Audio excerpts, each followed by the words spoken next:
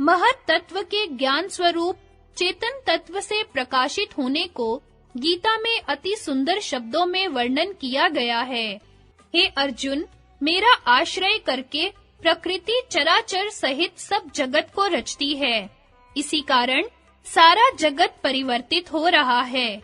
हे अर्जुन, मेरी योनि महत तत्व है, उसी में मैं गर्भ रखता हूँ और उसी से सब भूतों की उत्पत्ति होती है।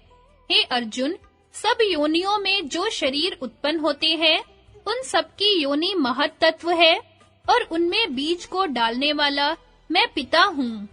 पुरुष से प्रतिबिंबित समष्टि चित्त, समष्टि अस्मिता और व्यष्टि चित्त, व्यष्टि अस्मिता कहलाते हैं। पुरुष निष्क्रिय होते हुए भी अपने चित्त का दृष्टा है, अर्थात चित्त में उसके ज्ञान के प्रकाश में जो कुछ भी हो रहा है, वह उसे स्वयं ज्ञात रहता है। व्यष्टि चित्तों के संबंध से चेतन तत्व का नाम जीव है, जो संख्या में अनंत है और अल्पज्ञ है। समष्टि चित्त के संबंध से चेतन तत्व का नाम ईश्वर, अपर ब्रह्म, सगुण ब्रह्म और शबल ब्रह्म है, जो एक सर्वव्यापक, सर्वशक्तिमान और सर्वज्ञ है। अपने शुद्ध स्वरूप से चेतन तत्व का नाम परमात्मा, निर्गुण ब्रह्म, परब्रह्म और शुद्ध ब्रह्म है। पुरुष शब्द का प्रयोग जीव, ईश्वर और परमात्मा तीनों अर्थों में होता है। किस प्रकरण में पुरुष शब्द का प्रयोग किया गया है, इसका ठीक-ठीक विवेक न रहने के कारण बहुधा विद्वान सांख्य और योग के वास्तविक सिद्धांत को समझने में धोखा खाते हैं। दूसरा, महत तत्व का विषम परिणाम अहंकार। पुरुष से प्रतिबिंबित महत तत्व ही सत्व में रज और तम की अधिकता से विकृत होकर अहंकार रूप से व्यक्त भाव में बहिर्मुख हो रहा है। यह अहंकार ही अहम भाव से एकत्व, बहुत्व, व्यष्टि, समष्टि रूप सर्व प्रकार की भिन्नता उत्पन्न करने वाला है। विभाजक अहंकारी से ग्राह्य और ग्रहण रूप दो प्रकार के विषम परिणाम हो रहे हैं। तीसरा, अहंकार का विषम परिणाम ग्राह्य रूप पंच तन्मात्राएं।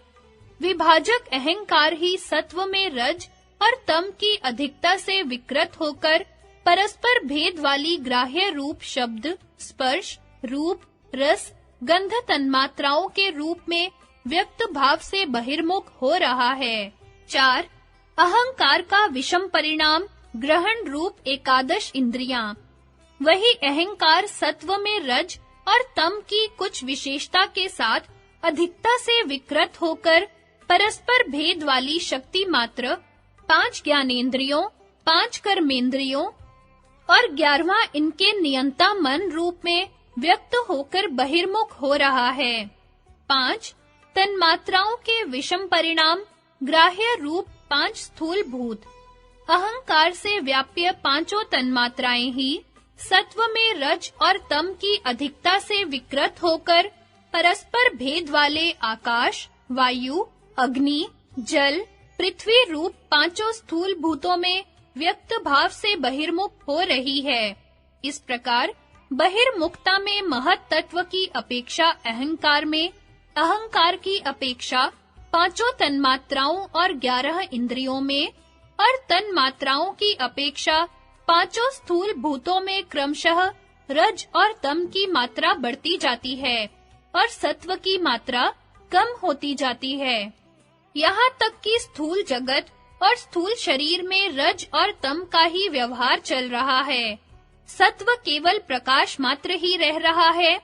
महत तत्व में प्रतिबिंबित चेतन तत्व भी उपरोक्त राजसी और तामसी आवरणों में आच्छादित होकर स्थूल शरीर और भौतिक जगत में केवल झलक मात्र ही दिखाई दे रहा है।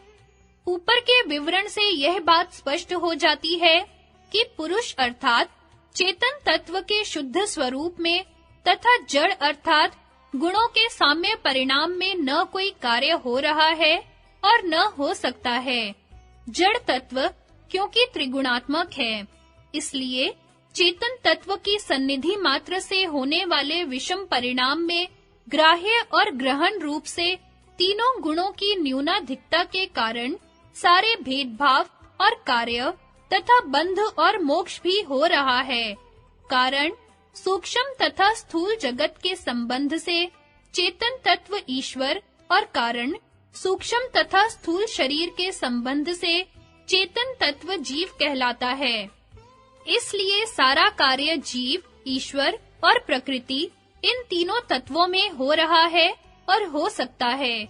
ईश्वर को समष्टि रूप में और जीव को व्यष्टि रूप में जड़ और चेतन का सम्मिश्रण समझना चाहिए। कारण जगत अर्थात समष्टि विशुद्ध सत्वमय चित एक है, इसलिए ईश्वर एक है।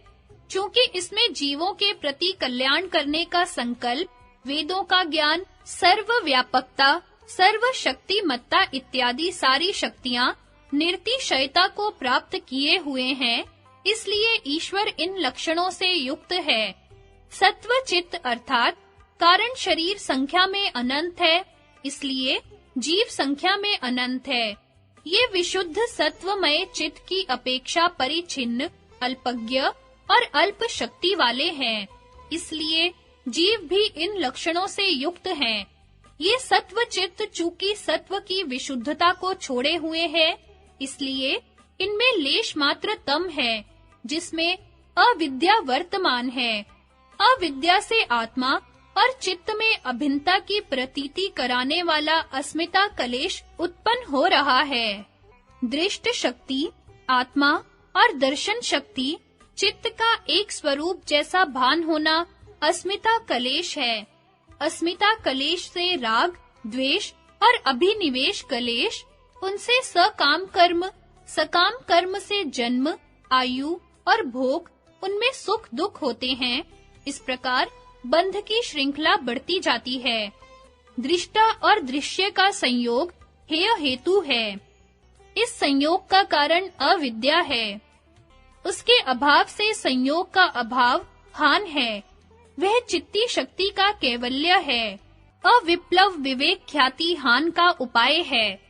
इस विवेक ख्याति की अवस्था में सत्व चित्त में सत्व की विशुद्धता इतनी बढ़ जाती है कि उसके लेश मात्र तम में जो अविद्या वर्तमान थी, वह अपने अस्मिता कलेश आदि परिवार सहित दग्ध बीज भाव को प्राप्त होने लगती है और तम उस केवल सात्विक वृत्ति को रोकने का काम करता रहता है।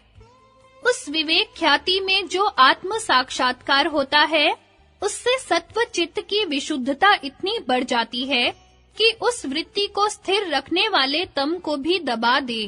तब उस अंतिम सात्विक वृत्ति के भी निरुद्ध हो जाने पर आत्मा की असंप्रज्ञात समाधि रूप परमात्मा स्वरूप में अवस्थिति हो जाती है। यही वास्तव में प्राकृतिक मोक्ष का नमूना है। किंतु विवेक ख्याति की प्राप्ति का उपाय अष्टांग योग बतलाया गया है। यथा